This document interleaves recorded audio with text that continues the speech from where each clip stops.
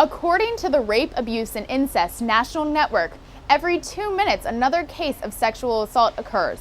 Some victims of these crimes find themselves being blamed for the actions against them. RAINN says only 54% of assault cases are reported to the police, and some victims believe victim blaming is the reason. Victim blaming occurs when the victim of a sexual crime are told they could have prevented their assault by dressing or acting differently than they were at the time of their attack.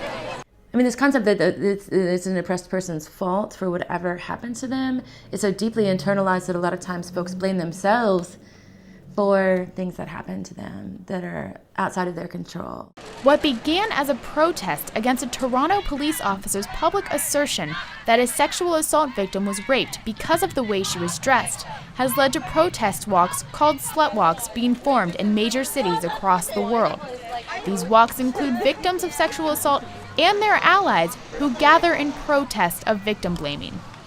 Elizabeth Remick, a participant at Richmond's walk, thinks the first step to lowering the amount of sexual assault and victim blaming is education. It seems like a really easy thing to understand, but like when we live in a culture like we do, where rape is like normalized and it's, not discussed as something really that bad. Participants of these walks hope the movement starts a dialogue about sexual assault that they believe has not yet begun in the general public. I think that's the biggest thing, is just giving us a voice, bringing it to the forefront. For VCU News, I'm Kate File.